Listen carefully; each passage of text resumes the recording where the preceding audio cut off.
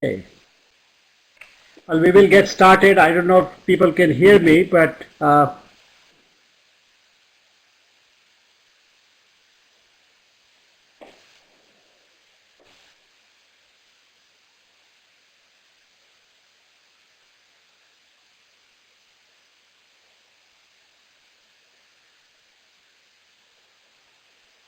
okay. Okay.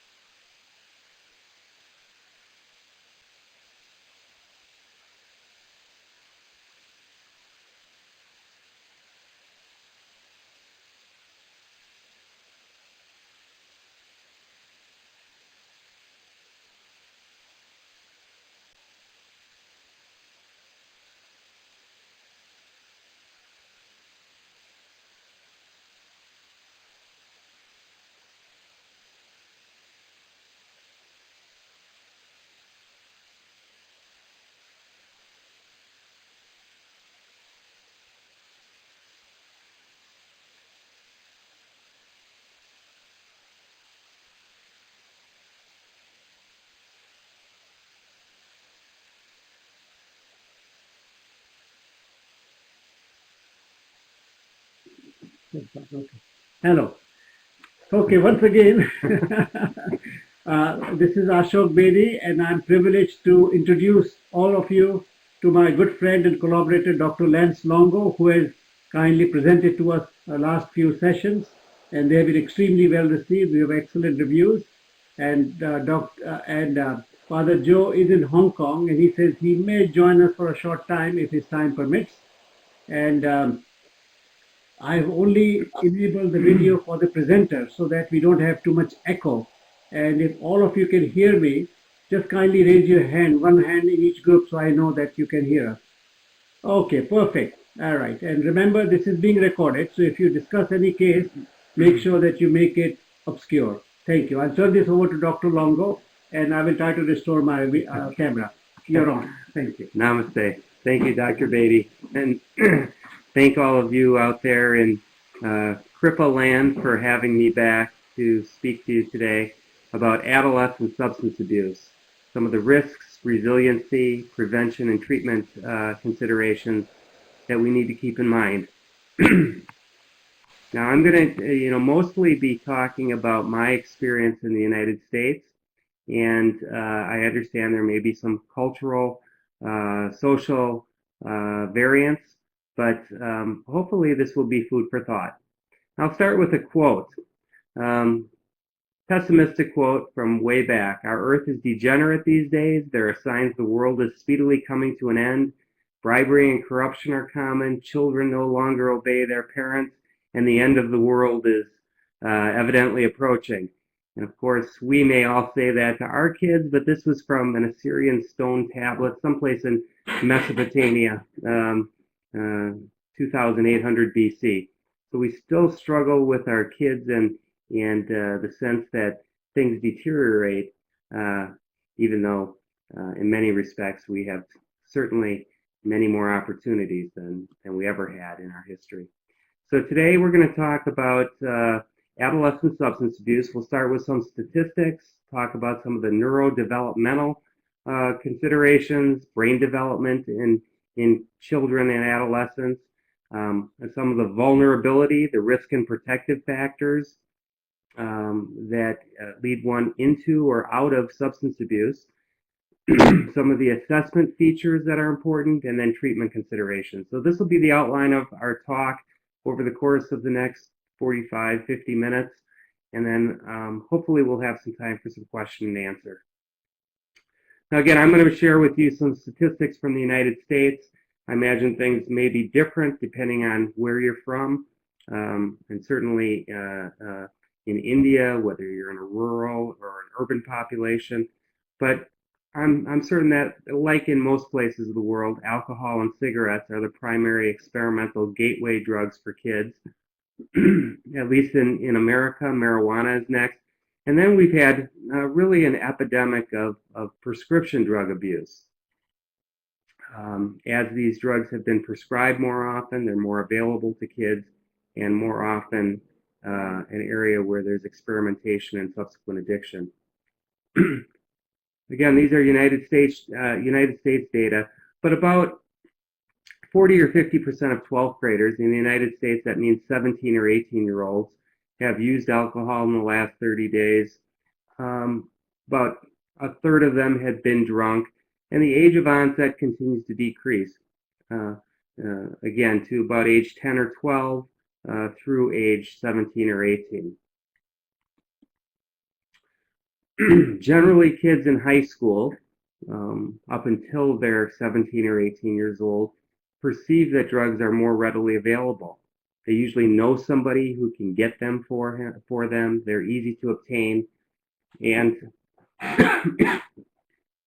although alcohol and cigarettes, of course, are sold legally, even illicit drugs are relatively easy to obtain.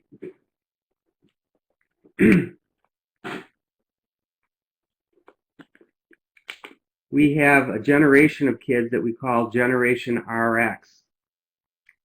We have had a prescription drug epidemic in America. Up to a third of kids have tried opiates or stimulants without a prescription. And amongst college students, they're even more readily available and abused, oftentimes because they're perceived as performance enhancing.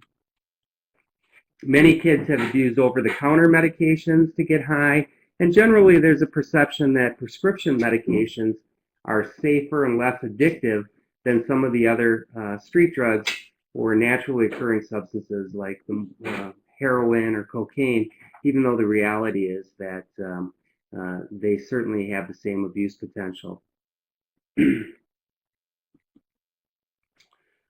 Adolescents who use drugs are more likely to have worse grades in school, more likely to drop out or be expelled, engage in risky sexual behavior, be involved in traffic accidents or deaths. And for people who experiment early on in life, they're more likely to develop addictions as adults. And they're certainly less likely to have potential in the realm of employment.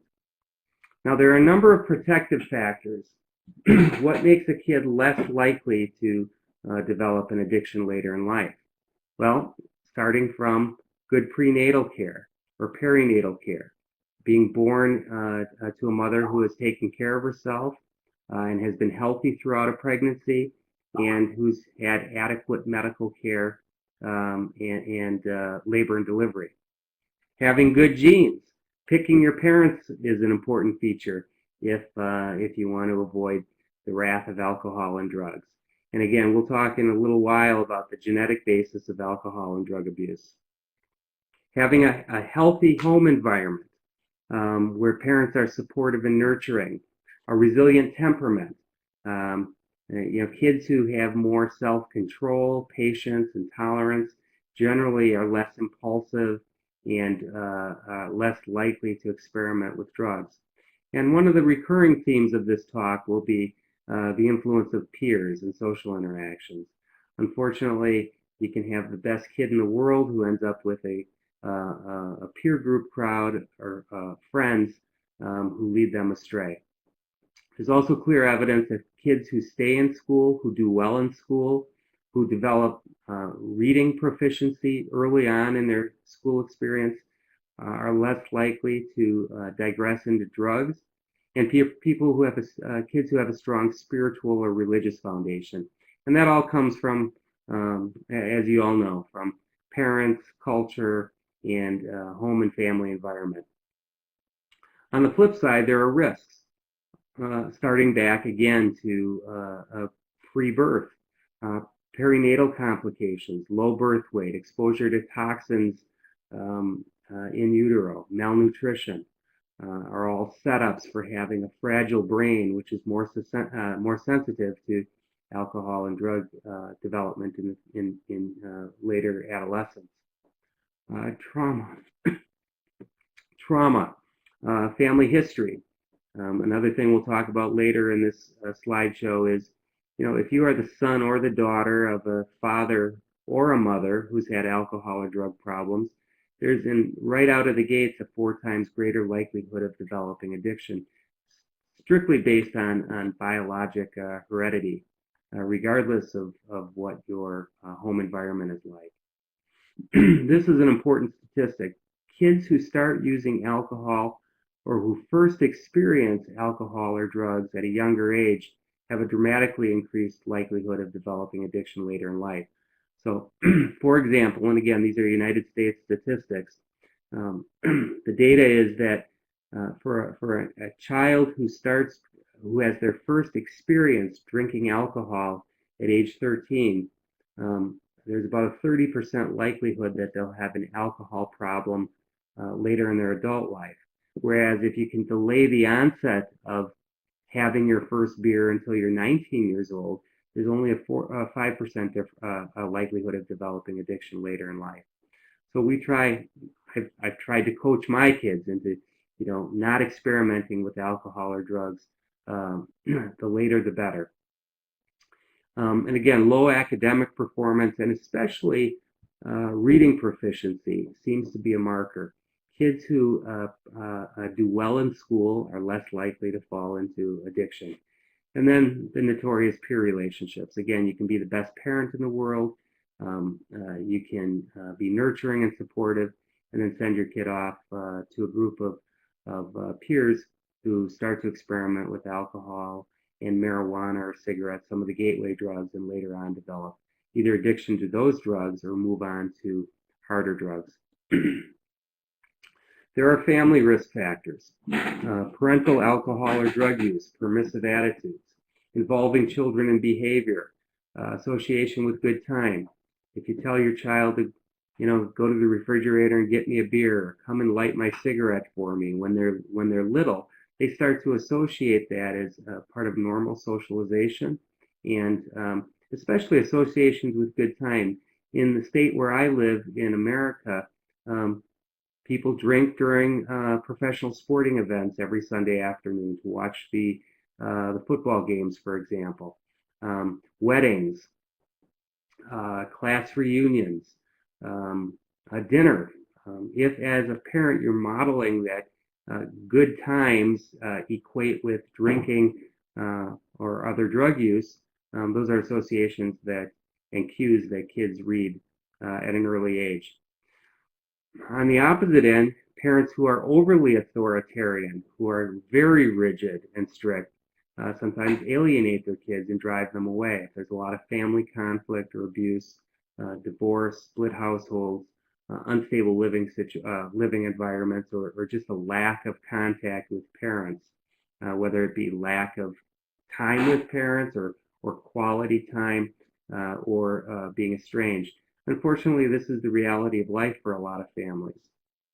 The husband or the wife may go off to jobs that require a lot of travel, and there's very little time at home with the family. Adolescents often develop Jungian roles in dysfunctional families where they're either the scapegoat, the hero, the enabler, the lost child, mascot, surrogate parent. Kids assume roles that then oftentimes alcohol or drugs fit into, either to promote the role or to compensate for some of the stress that comes with taking on that sort of a role. And then there are certainly a lot of social factors. And again, you may all have factors in your locale or environment that are norms. There may be societal norms that are permissive towards alcohol or drug use, or those that aren't. There may be certain religious belief systems that condone or do not condone drinking or drug use. Certainly, ease of access, cost of a drug limits the access to a minor. Legal regulation and enforcement. There may be laws that restrict a person from drinking until they're a certain age, but it's only if they're enforced that that makes a difference. And certainly poverty, lack of neighborhood cohesion, and other social factors do impact, influence the onset of alcohol and drug use at earlier ages. But one of the most protective factors is religious convictions, and people who have a strong spiritual foundation, who are raised in a household that is spiritually based and maintains hope and faith, have a protective factor against drug use later in life. Okay, so if we think about the developmental experience of a kid, you go from birth, and what we hope is the normal adolescent trajectory may still have some ups and downs and some variation, and everybody has good times and and we learn from our negative experiences, and we try to have more of the positive experiences. And eventually, the goal of adolescence is to become emotionally and financially independent and be able to pass that on to next generations. There, there are certain people who may deviate from that trajectory, who may be defiant or arrogant, and some who are dependent or avoidant. And those people who are from those various ends of the spectrum may use alcohol or drugs for different reasons. So kids who are low flyers, who tend to be avoidant, isolative, shy, tend to use alcohol to socialize or to gain confidence, to reduce stress, avoid conflict. It's a kind of a void filling mechanism of alcohol or drug use. They may be easily influenced by peers, and because they want to be part of a group, there's peer pressure to drink. And, the general initial belief is that their use is improving their ability to cope with life stressors. The high flyers, or the people on the other end of the spectrum, tend to use to gain more power. They're more thrill seekers. They make money. They may be defiant. And they may believe that their use shows that they're really in charge of their life, that they're becoming the master of their own universe. And alcohol or drug use is a mechanism towards that independence. And if we think about what are the developmental tasks in adolescence, one is to establish autonomy, to be my own boss. And, in the mindset of an adolescent, what better way than to be able to pick and choose how to alter my own consciousness, or to break away from usual family or societal norms by drinking or using drugs. It's part of fitting in with a group of peers. And, adolescents, one of their other goals of maturational development is to become good at something.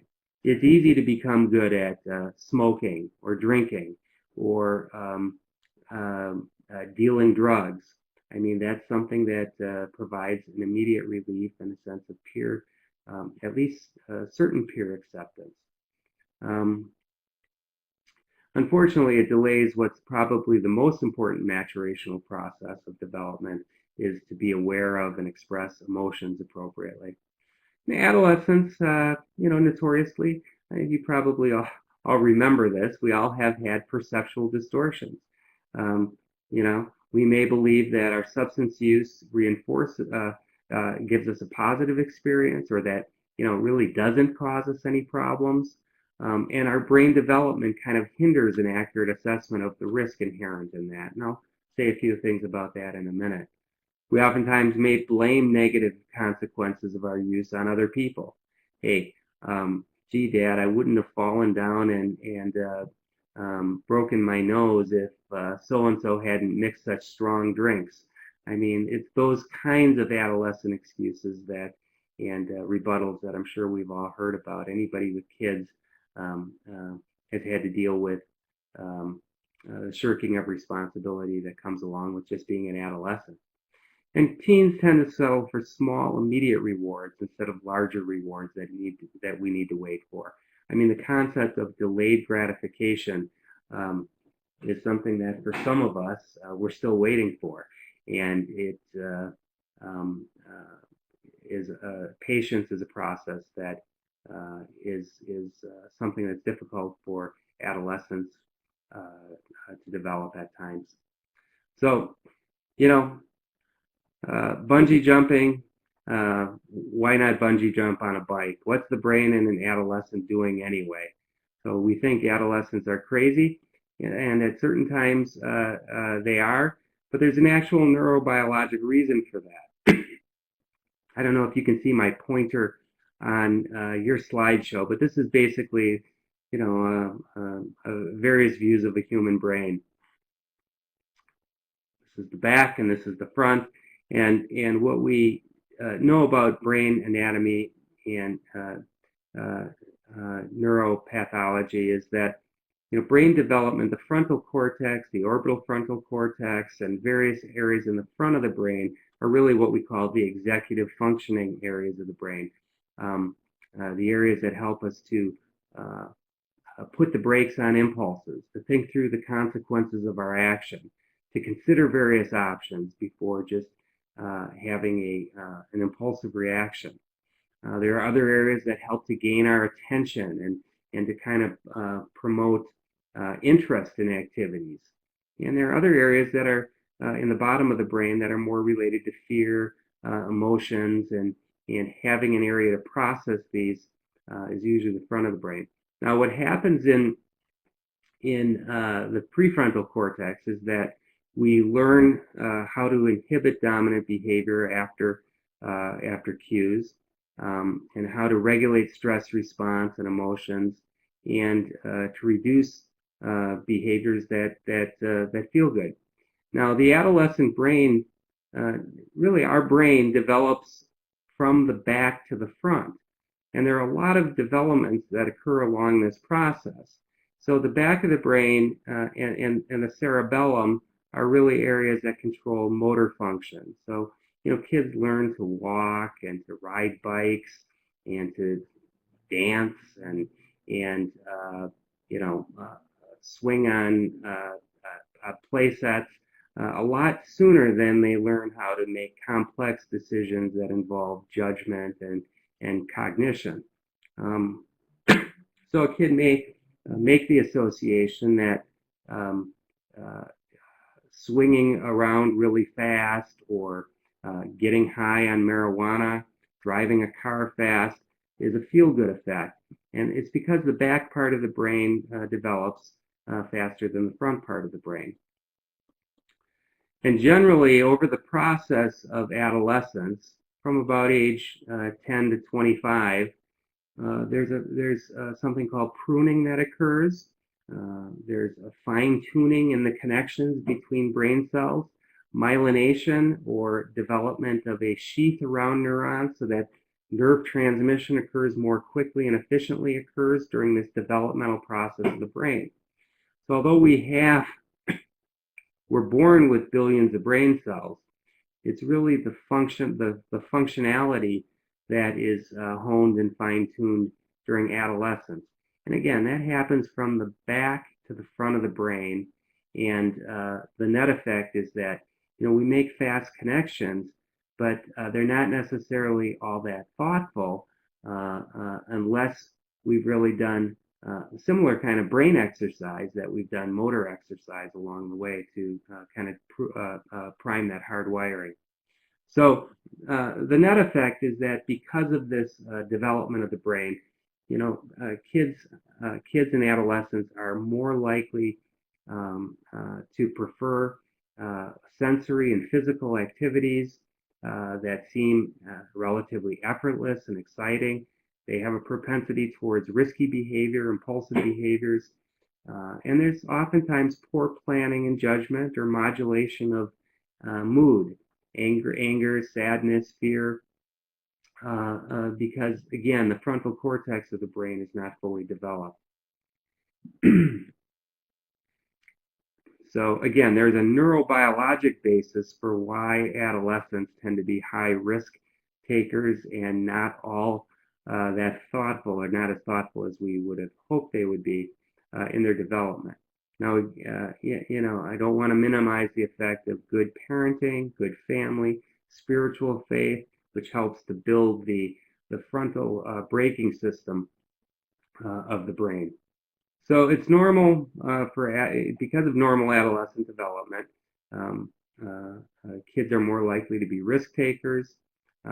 They are reinforcing low effort, high excitement activities, whether that be sports or um, um, um, skateboarding or alcohol or drug use, and they tend not to be have as developed areas that are important in judgment and weighing of consequences. So teen brains are just not smaller version of adult brains. Because of their brain developmental process, they're not as developed as adults in terms of managing risk assessment. They're more socially influenced by their environment. They tend to be more concrete versus abstract thinkers. Don't necessarily think through the consequences of their actions. Attention and concentration are not as highly developed. They're highly influenced by technology. Again, if you think about high risk, high reward video gaming, that's the generation that we're dealing with now.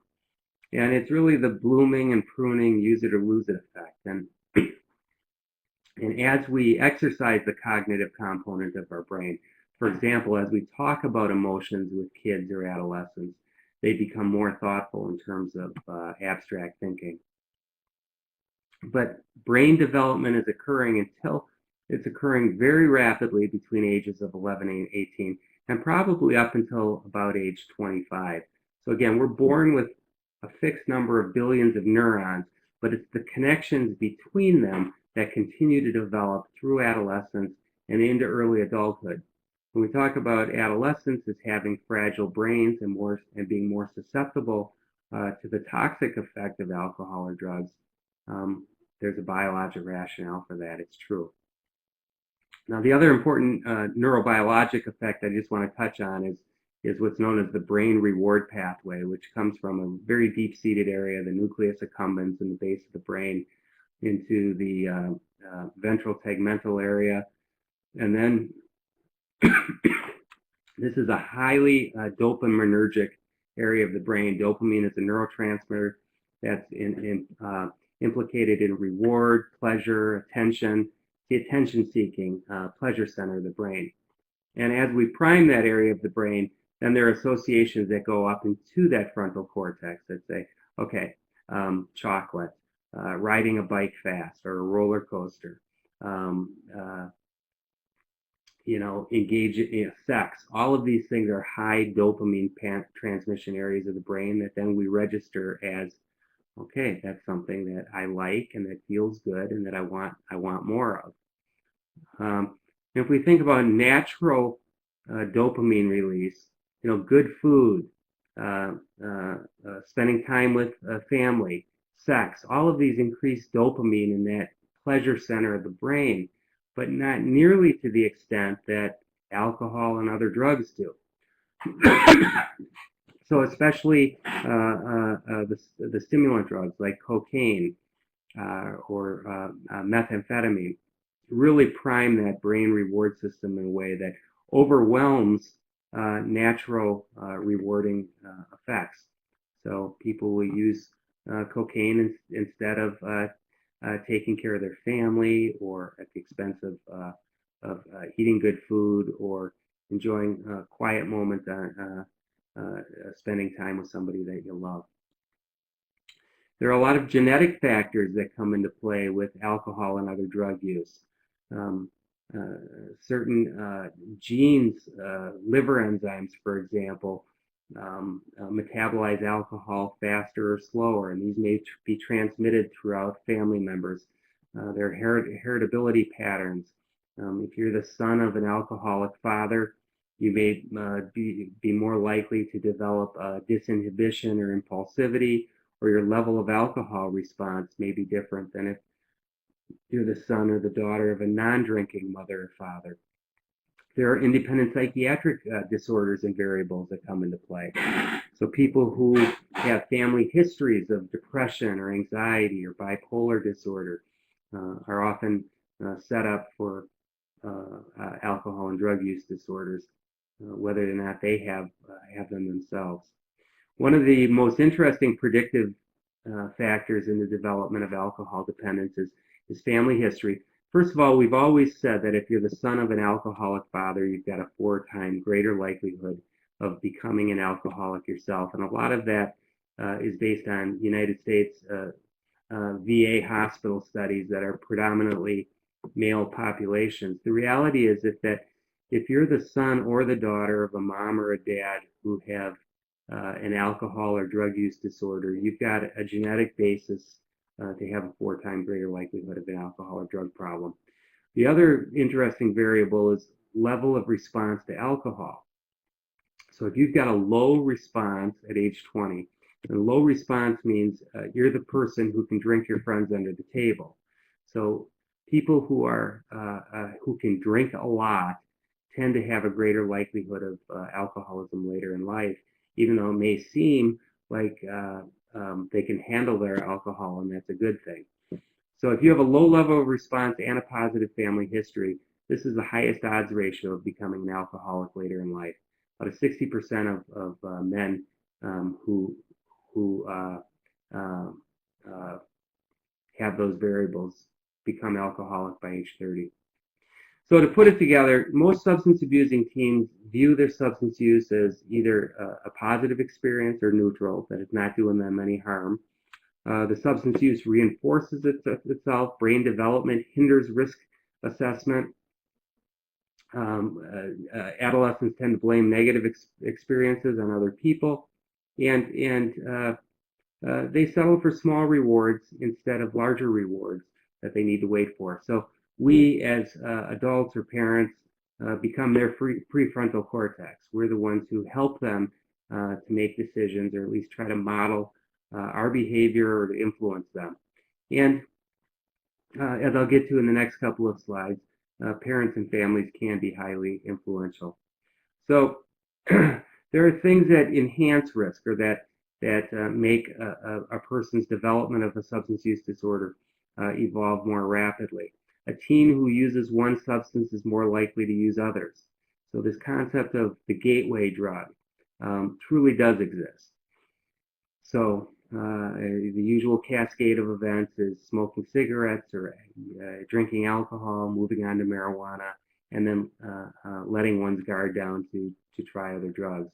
And we also know that a person who that the rapid use of one substance leads to rapid use of other substances. So a person who starts drinking and then drinking a lot is more likely to start smoking marijuana and then smoking a lot and moving on to abuse of other substances in larger quantities.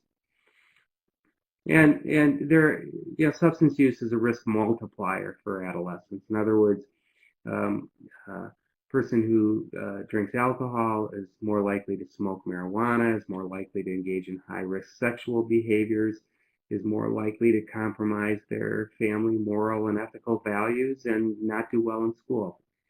So there's a cascading kind of snowball effect. So parental influence is really crucial. There's consistent evidence that parents are really the most influential people in their teens' lives, despite the fact that our kids sometimes don't want us to know that. And we can either positively or negatively influence them. So there are behaviors that we can use to protect the development of substance abuse in our kids, monitoring them, maintaining rituals of connection, meals, quality time together, being authoritative, and authoritarian, but not too permissive. So we can be friends and kind and gentle, but we still need to be the one who's making rules over time. And then modeling ability to live an alcohol and drug-free life and using alternatives. So again, if our kid sees us cracking open a beer when we come home from work every day, that sort of leads to the sense that, well, this is the norm. This is what you do. And without parental involvement in treatment, as many of you know, our effect on kids is limited, and the effect of schools on kids is limited. You need to have the parents buy in. Prevention begins in childhood. So we want to help kids learn emotional language to describe their feelings. We want to validate emotions. Again, the self-medication hypothesis of drinking, which about 50% of people adhere to. There are people who are buzz seekers who drink to get high, for the feel-good effect, and then there are people who are really drinking to fill the void. And again, it's usually an emotional void. So we want to validate emotions, but not, inappropriate outbursts, and be kind of coach kids how to express feelings without feeling like they need to drown their sorrows or put the lid on with some other sort of drug. We want to promote clear and consistent value messages about our expectations around them. We have an opportunity until whatever age we set them free to send messages about what our feelings are. We want to promote positive family rituals that celebrate family and openly discuss our concerns in an age-appropriate way, especially if there's addiction in the family. I think that it's prudent for anybody who's got a family history of addiction to let their kids know, listen, you're susceptible. You've got the gene pool that makes you more vulnerable to having an alcohol or drug use later on in life. There are certainly signs. I'm just going to go through a couple of signs, red flags, warning signs of a child who's using alcohol or drugs. Again, many of you know all of this and have had personal experiences or have worked with clients. So I don't want to spend too much time, but just to go through some of the laundry list, and then you have this in the slide deck if ever you want to hand it out. And this is stuff for parents to know who, there are many parents who really have come from a naive background, and kids nowadays are exposed to alcohol and drug use on TV and music, on YouTube and through all the internet media in a way that, it's just important to know what the warning signs are. So, kids who withdraw from their family, who kind of fight back against basic family rules, who show poor frustration tolerance, who split. You get the good cop, bad cop parent, and kids, although we don't think they're that smart, sometimes are really good at causing friction and fragmentation amongst parents. And of course, if we find paraphernalia in a kid's personality, when they become overly disrespectful or paranoid. Again, some of this is the normal rite of passage, the sense of developing independence and autonomy.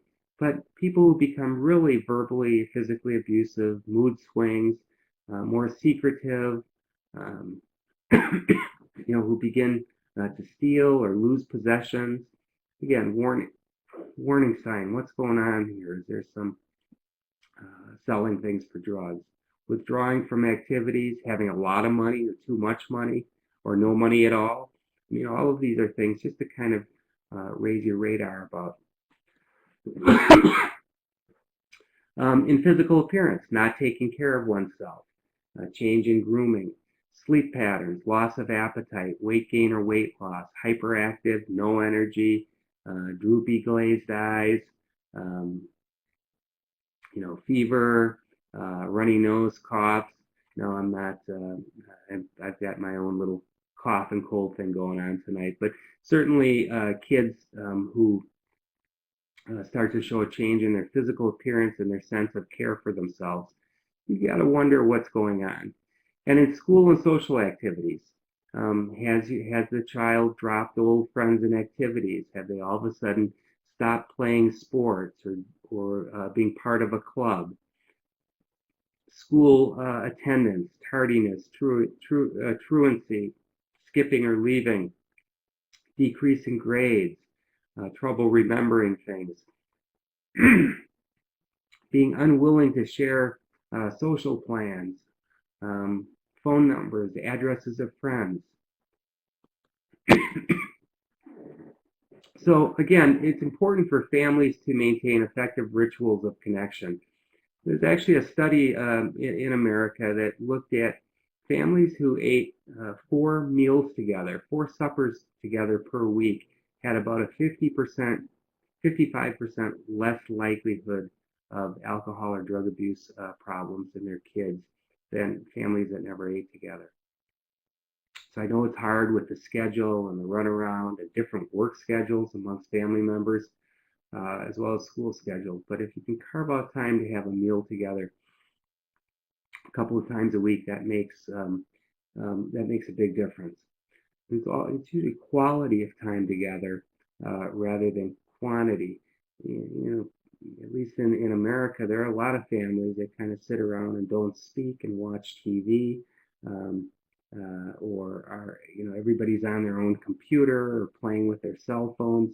It's really about quality time and communication. The low flyers, the ones who are more shy and isolative, withdrawn, may need a little bit more time and attention to elicit emotions and conversation. And I think as parents, we oftentimes give in to the notion that, hey, our kids just want to pull away. They don't want to be with us anymore. The reality is, when you ask kids about it, they really do value the time that their parents have in their evolving relationship over time. So kids are also way more aware of our behavior than we give them credit for. They watch how we handle or don't handle stress. They're aware of how we handle our emotions or cope with our own emotions. They know when we have a beer in our hand and when we don't. They model we model a sense of balance for our kids, and again, although we may not have problems with alcohol or drug use, it's probably good not to have a beer in your hand every time somebody comes over for a visit. First thing you do, go to the refrigerator, offer them a drink. Or whenever somebody comes over to watch a sports event or a game, to associate it with drinking, because that becomes a modeled social activity. Now, authoritative parenting is still important. Our kids are still our kids until whatever age we or the law says that they're not anymore.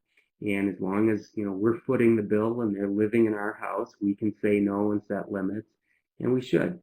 So it's kind of an iron glove and an iron fist and a velvet glove approach. We want to be able to say no and mean it. We want to say maybe explain it by "I love you" and that's why. That's the only reason I need to tell you why I'm making the decision that you can't take my car tonight or go to this party on the other side of town on New Year's Eve when you're only 15 years old. Because it's not that I don't trust you. I don't trust the people that are around you or the people driving around you. I'm sorry that you're angry about it, but that's the way it is. So we want to, parents still need to be leaders while they teach empowering and independence in our kids. Again, don't miss the obvious. Now, most kids in the United States who use prescription drugs get them from their own parents. The average household in America has several prescription pill bottles filled with controlled substances, whether they're sleeping pills, pain medications, benzodiazepines, the Valium-type drugs. And we want to be careful that our kids aren't experimenting. Most kids at parties, find pills from their parents or their friends' parents. So it's important to keep track of your own medical supply, to know if you have, if your child has friends whose parents have large quantities of prescription drugs, and to keep track of what your kids are prescribed by doctors, and to teach them if they are prescribed controlled substances like stimulants, that they don't share them with anybody else. So again, there's this paradox of wanting to allow a child to gain independence and autonomy but still needing to be vigilant and a little bit paranoid about what they might be up to. So we want to teach parents to know who their kids' friends are, where they live, who their parents are, to occasionally check to see if they're home if they're going over there. Uh, um, to maybe check computers, passwords, cell phones to let your kids know that you want to be privy to their Facebook or Instagram or whatever. And if you do find a problem, confront it. Um, Again, it's kind of all under the guise of I care about you, and um, although I want you to have your freedom, I also want to be part of helping you to monitor that. Now, it becomes really dicey if you really think something is wrong, and you have to play private detective, because that can alienate a relationship. So it's best to be open and honest about it. But as a parent, you still have the right to be awake when your kid comes home, smell their breath, look at their eyes, say empty your pockets, or use urine drug screens or breathalyzers. Now that's not all that common, but certainly if you have a child who's had problems and is further along the track of addiction, and you want to exercise that level of monitoring, it's certainly all fair game.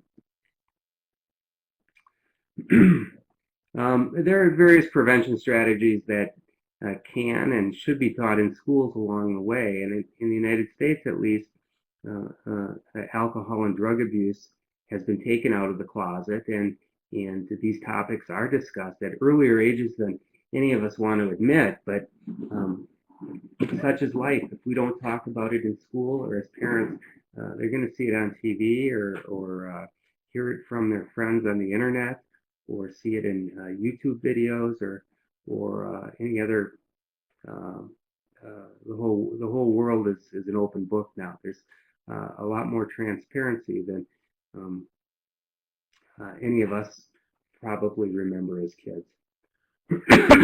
So the key thing for smaller kids is to really talk about emotional awareness and communication, problem solving skills, and again, the exercising that frontal lobe that's slow to develop. Once kids move on through the middle years and high school, the late teen years, focusing on more on communication skills, helping to establish pro-social, non-drinking social events, drink refusal skills. What do you do when you're around somebody who says, "Let's go get a beer," or "Hey, I've got a joint in my pocket. You want to share it?" Really clarify what your values are. And one of the things that works along these lines is helping people to understand what the consequences are. What is the consequence of underage drinking tickets or accidents, or being around other people who are drunk and disorderly? In America, college binge drinking has been kind of a rite of passage, which most people have accepted for years. There's been more of a clampdown. And reality is that most of the drinkers are a small proportion of the students, usually people who are first entering college, males, people who have easy access, who are used to a party culture. And there are certain schools that are more notorious for that than others.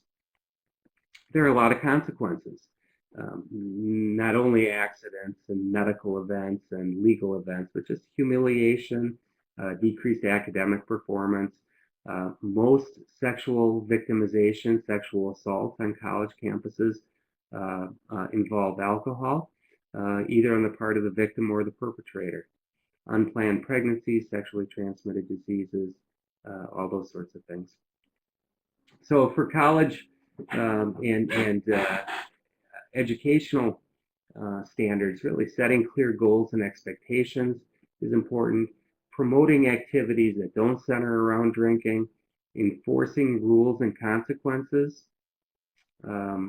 reducing availability or increasing the cost to deter access, and emphasizing that as a community, it's not just responsible of the individual drinker to say no, but for everybody to kind of look out for themselves. All of this is easier said than done. This is from a history hall at the University of Wisconsin. Beer is proof that God loves us and wants us to be happy, by the famous American Benjamin Franklin, who enjoyed his alcohol. But those are the types of quotes that college students tend to remember more than others. I'm going to skip through this. There are a number of school-based alcohol and drug interventions that have become more popular now. So once a student red flags themselves, to refer them to a group therapy setting where there is more ability to target that behavior amongst peers who share some of the same experiences, vulnerabilities, or consequences. There tends to be a high demand for these groups. And once people get into them, they tend to have good experiences. And at some point in time, they may enter a more formal treatment. At least we're planting seeds. So one of the most common mistakes in treating substance abuse treatment-resistant teens is to embrace the disease model of addiction too soon, to say that you have a disease and you can never drink again. Demanding total abstinence is a difficult thing for a person who's had their first consequence or first referral to treatment. It's also important not to get into too many power struggles and to really just take on the notion of planting seeds, that we're going to look at this with a little bit more detail. So when we interview adolescents in a medical setting, the general flow should be that we talk a little bit about what is their general lifestyle. Aside from the medical questions, we may say, tell us a little bit about your home life, your school, your hobbies, sports, jobs, that sort of thing, family relationships, eating and dietary habits, vitamins over the counter, prescription medications. Then, do you smoke cigarettes? How about alcohol use? And other drug use. And you kind of want to, we say, how about family members? Do you have family members who are heavy drinkers? Was your dad a heavy drinker? Do you have friends who use drugs? Again, really looking at kind of asking leading questions, non-judgmental, but we want to sometimes, rather than asking, do you drink alcohol? The general mode of asking that question in America is, how much, how often do you drink? Kind of leading an adolescent into, the assumption that they do. They can always say no, but it also opens the door to say, oh, I just drink a little here and there. And then you can say, well, how much, how often, what's the context, and really kind of pry below the surface. If we see a adolescent patient with a family member, we want to emphasize, our alliance, our therapeutic alliances with the patient, not the parent. It's often important to meet with them individually with the parent out of the room so that they can be more upfront. Emphasize confidentiality if we can, and there may be certain age limits where you can and can't, depending on what the cultural norm is. And again, with an adolescent, I think looking for the void. What is the alcohol or other drug abuse targeting? What is the emotional void that it's filling? Is it in AA? They say when you feel like drinking, am I hungry, angry, halt? Am I hungry, angry, lonely, or tired? And what can we do to replace alcohol as a coping mechanism? So generally, as we move along this process of motivational interviewing, we want to provide feedback, a personalized assessment. Based on what you're telling me, here's what I think is going on and what you need to do. But it's your responsibility. You're responsible for changes. Treatment doesn't happen to you, it happens with you. We want to give clear advice, but a menu of options. Although I think that you ought to stop drinking altogether, if you really know that somebody's not ready to do that, why don't you really make a concerted effort to cut down your drinking? Keep a drinking diary and write how much, how often you really drink in a daily calendar book. And a drink has to be quantified as a beer, a glass of wine, or an ounce and a half of hard liquor, not a huge goblet of vodka. Empathy, approaching the patient with, I understand this must be hard, or you've had a tough spell here in your life, but let's see what we can do instead of drinking. And the process of self-efficacy is, change is possible. You can do it. Many people like you have done it, but only you can do it. Treatment doesn't happen to you, it happens with you. So why do adolescents use? We've been talking about this: to relieve stress, to manage their mood, to gain social acceptance, to rebel, to become more socially disinhibited, or in the case of certain drugs, for performance enhancement, whether that's stimulants or opiates or steroids or whatever else. But again, a lot of the underlying issue is dissatisfaction with self. So what is the deficit?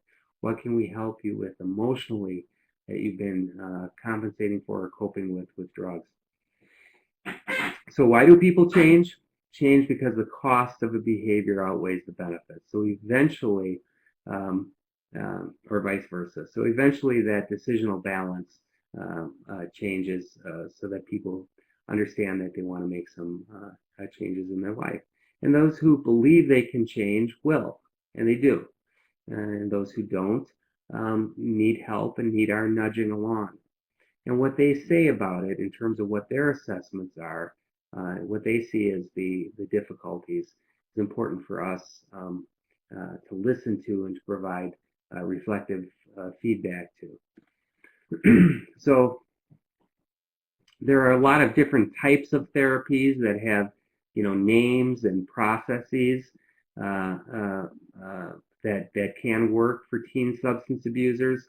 The one that I spoke about a little bit during our last talk was called the adult community reinforcement approach, which is really a behavioral approach that focuses on identifying reinforcers in an environment that, in a client's environment that competes with substance use. So what is it that you want to achieve, and is that more important than what you're doing now in terms of your drinking or drug use pattern? So it's really a positive reinforcement-based approach where we help people to achieve goals that may be limited by their alcohol or drug use. It's really an individualized treatment plan. It's really based on behavioral learning, skills development. It's not all about education. We give positive feedback before giving corrective action. You've got a lot of positive qualities. I understand, and potential, but I understand the stressors that you're under. Why don't we see if you can get from point A to point B in a different way? And we want to assist in assessing reinforcers along the way. So it's coaching and feedback, coaching, cheerleading, feedback. It's all about skills development, excuse me, communication, and drinking and drug refusal skills, tolerating the stresses of everyday life. We can use contingencies. And especially if you've got, somebody who's still living at home or in a school where you've got some leverage, positive and negative reinforcers. Again, carrots and sticks. There are schools in the state where I live where, if a person gets caught drinking, they may get an intervention. Somebody speaks to them. If it's the second time, they may have to take some time off from school, or the third time, they may be expelled. So there are certainly consequences that may work as long as reinforcers, rewards for good behavior, so to speak. And rewards really need to be significant to the individual teen. And we kind of learn what those are over time.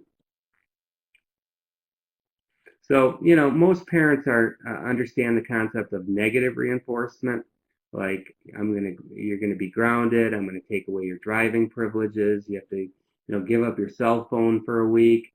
Um, uh, you can't use the car. I'm going to take away your video game console. And that's all fine and dandy, but it's also important to link some positive rewards and reinforcements. I care about you. I love you. Um, you can earn this stuff back, or um, um, if your behavior changes, we'll do, we'll do things that you want to do, or you'll get some extra privileges. So people change. There's the continuum of change. This is the process of change, the trans-theoretic model of change that I also spoke about the last time. People go through this process of pre-contemplation.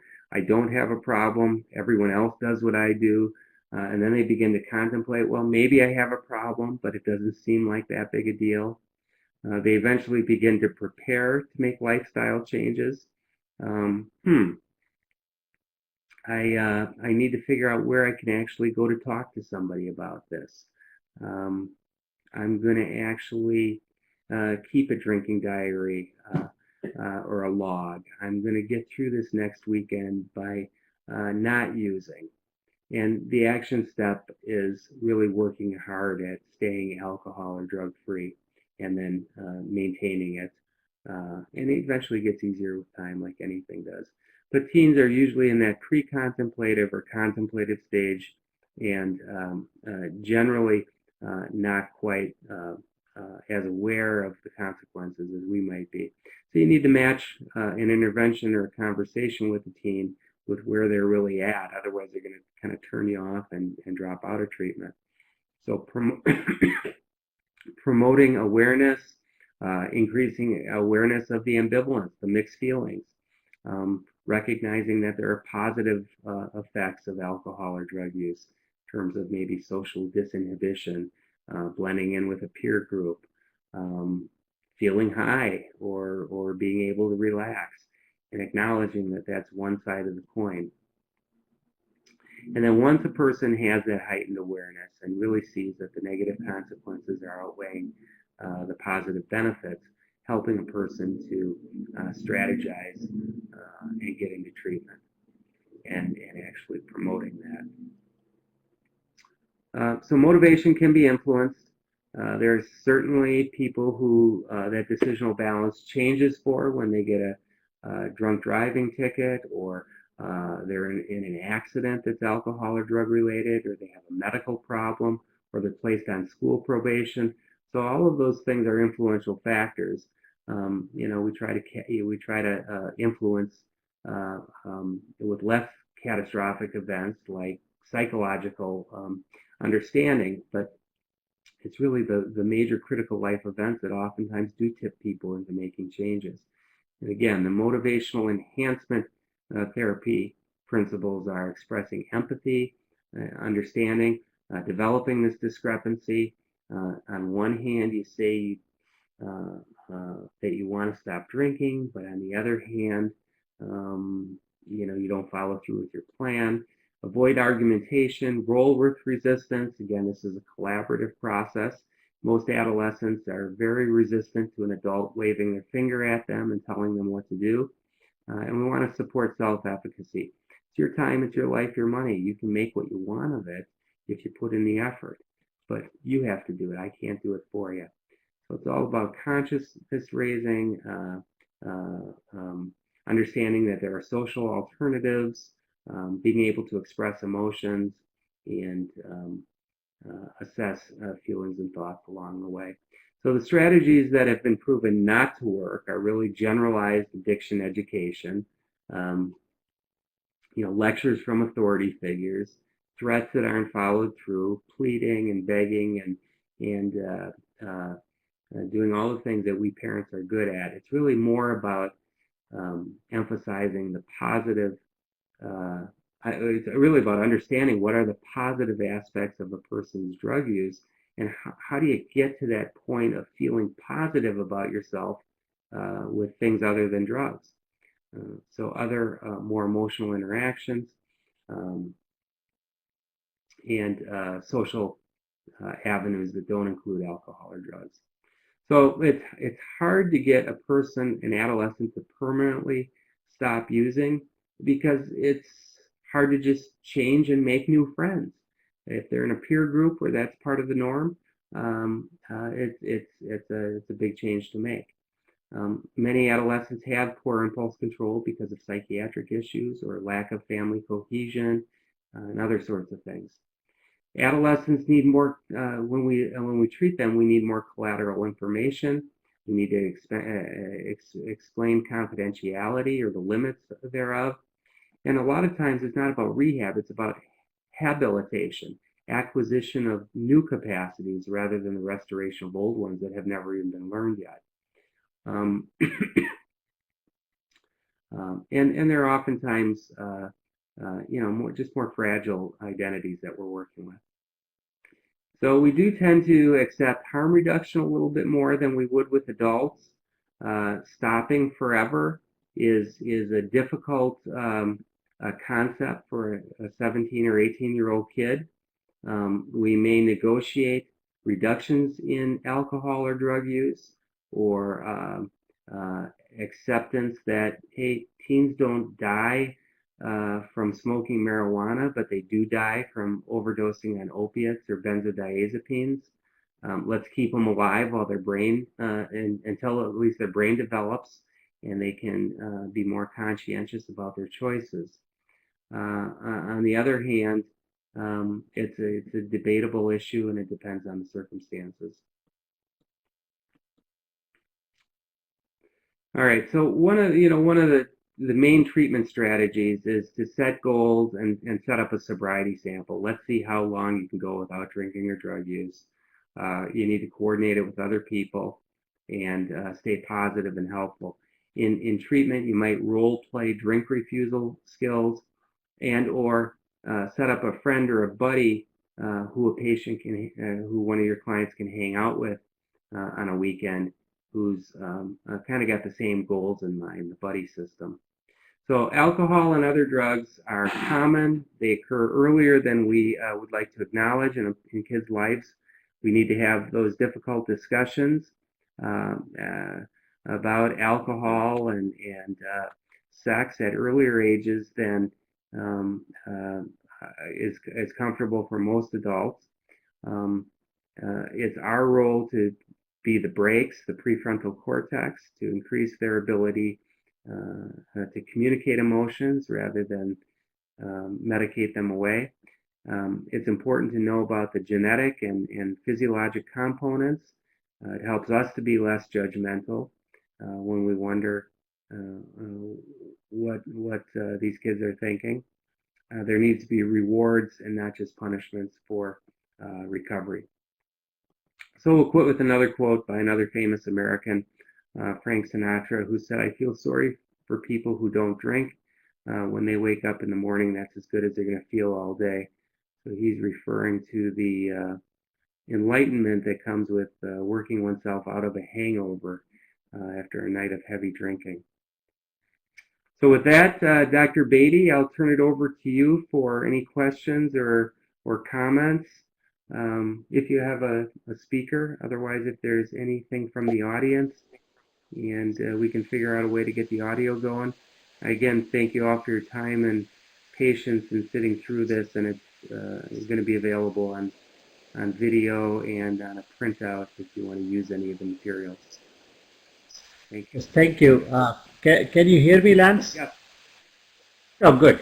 I know you can't see me, but I'm on this empty blank spot, but I can see and hear everything, and I have one or two questions to kick off. Sure.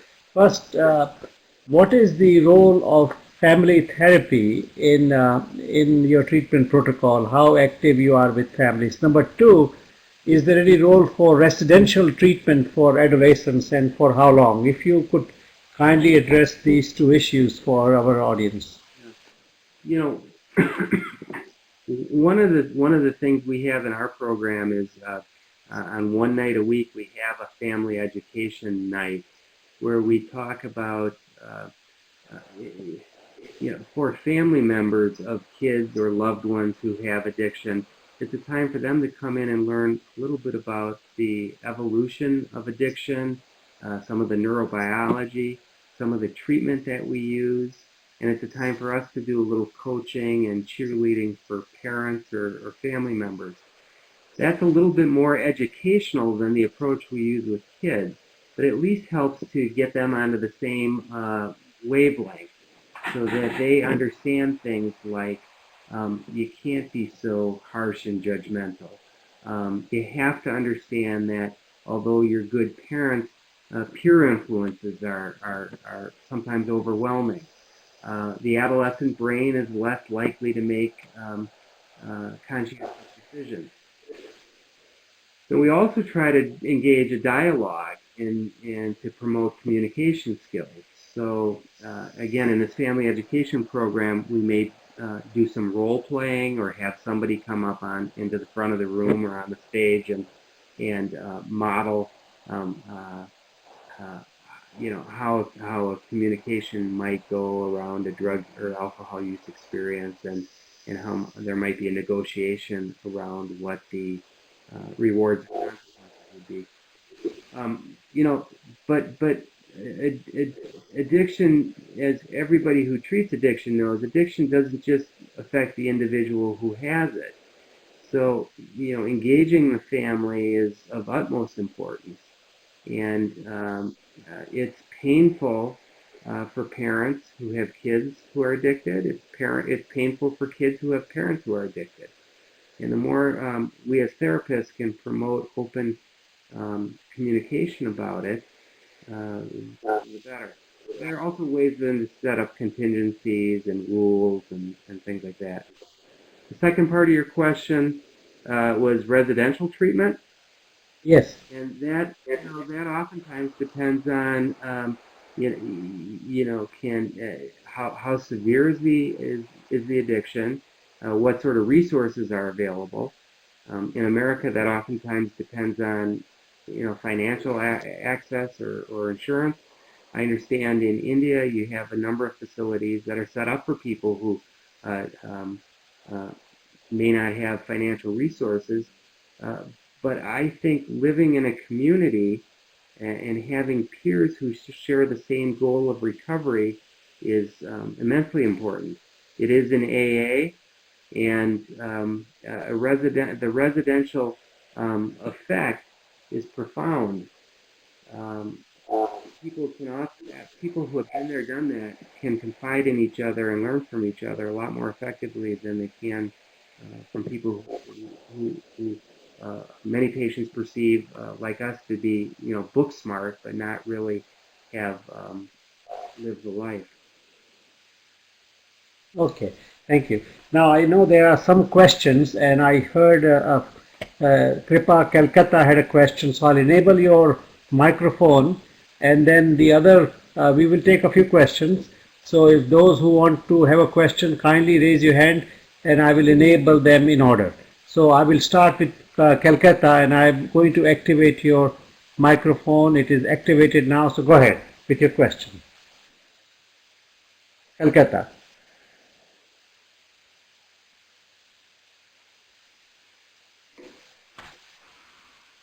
Can you hear me, Kripa Calcutta?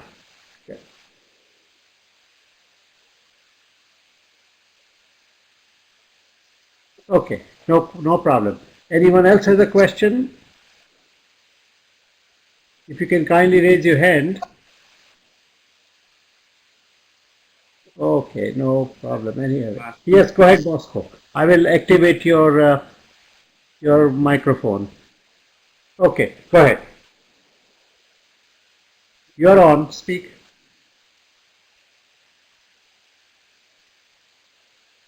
I will see. It's not working.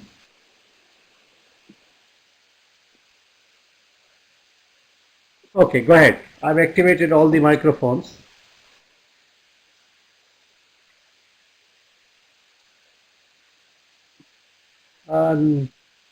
No, your microphone you have to activate from your end. Just activate it from this end. or you can write down your question. You can type it in into the box, chat box. Yeah, that's the best approach. If you can kindly write your question in the chat box, we Hello. can. Can you?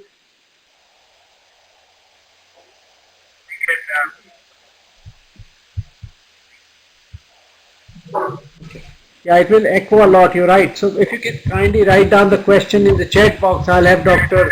Longo respond to it. Thank you.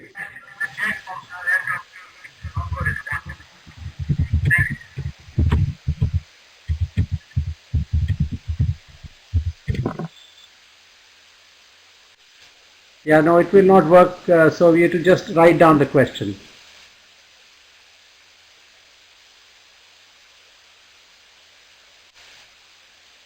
Yeah, okay. Bosco is saying thank you for your precious time, and I wonder if he has any question. So he's writing it down, and we will look out for the question in the chat box.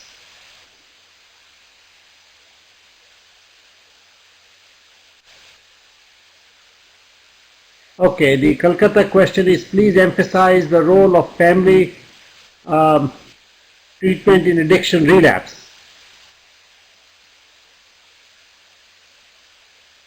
Okay,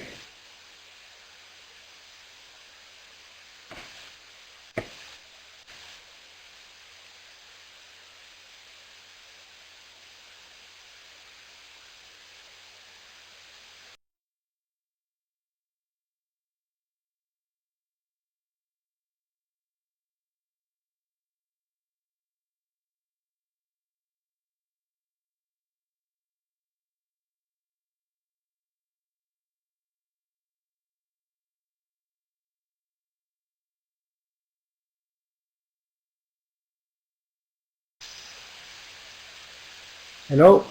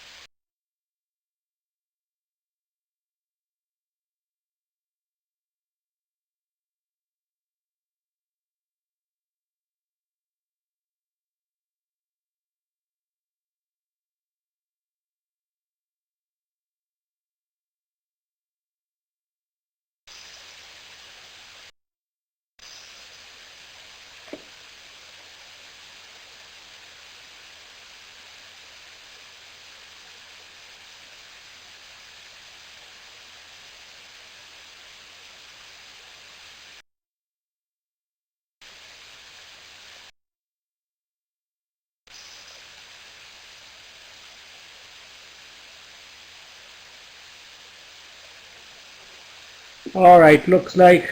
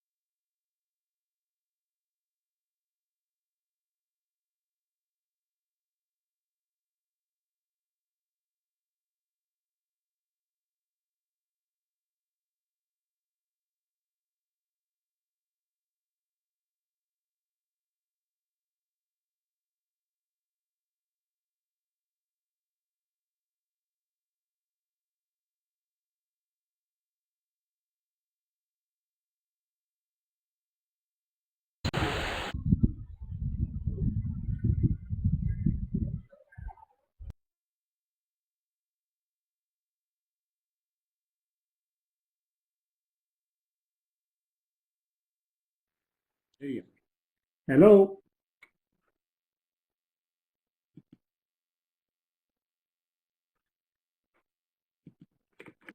Okay, Young Institute 2,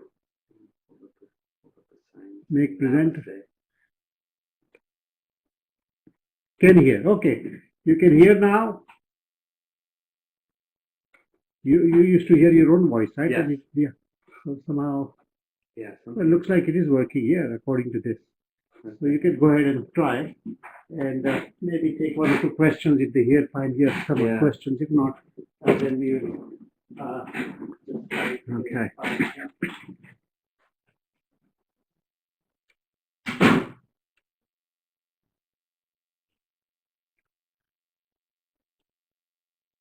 Yeah. So I think there have been a number of questions about family involvement, and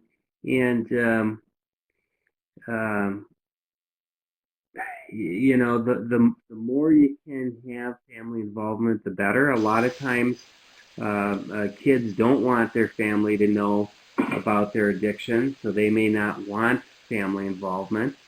And a lot of times, the parents don't understand their role in promoting an addiction by shutting down lines of communication or not acknowledging a person's emotional needs. So this takes skill and patience and trial and error.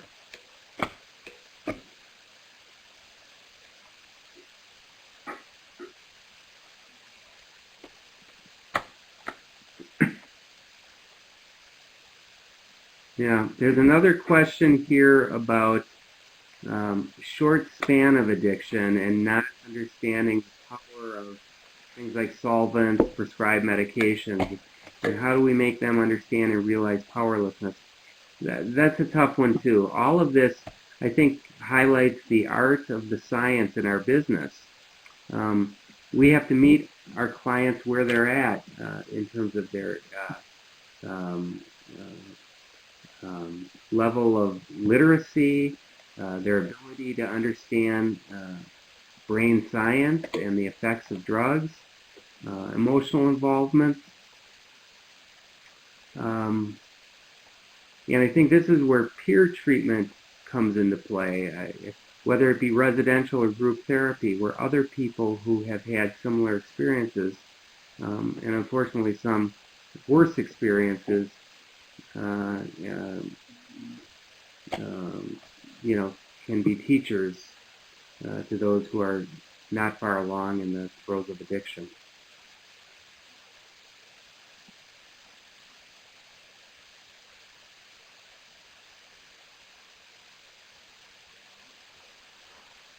Dr. Bedi, do you have any general comments to make? You've had a lot of experience working with families, um, you know, especially adults. I can only hear myself. That's fine. Okay.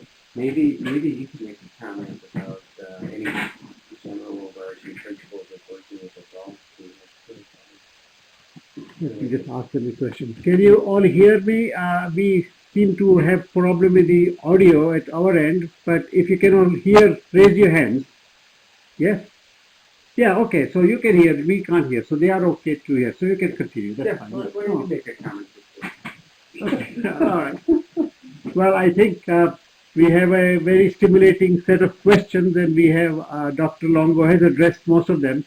I know that in Milwaukee, where Dr. Longo is the director of our addiction treatment, there is a very active adult and adolescent program, and most of the treatment, I presume, is outpatient treatment. Mm-hmm. But there is a substantial inpatient and residential component, a very active family intervention program. And I think the approach is to mobilize the point of entry into the adolescent system. If the family system is viable and available, certainly it will be a pity not to use it. So I think that would be one question. And I think the other question is, how do we, the concept of powerlessness? Well, I think adolescents are in denial of their vulnerability, and that is the definition of being an adolescent. So I would say that is a big challenge. maybe Dr. Longo can address that No, issue. I think that I,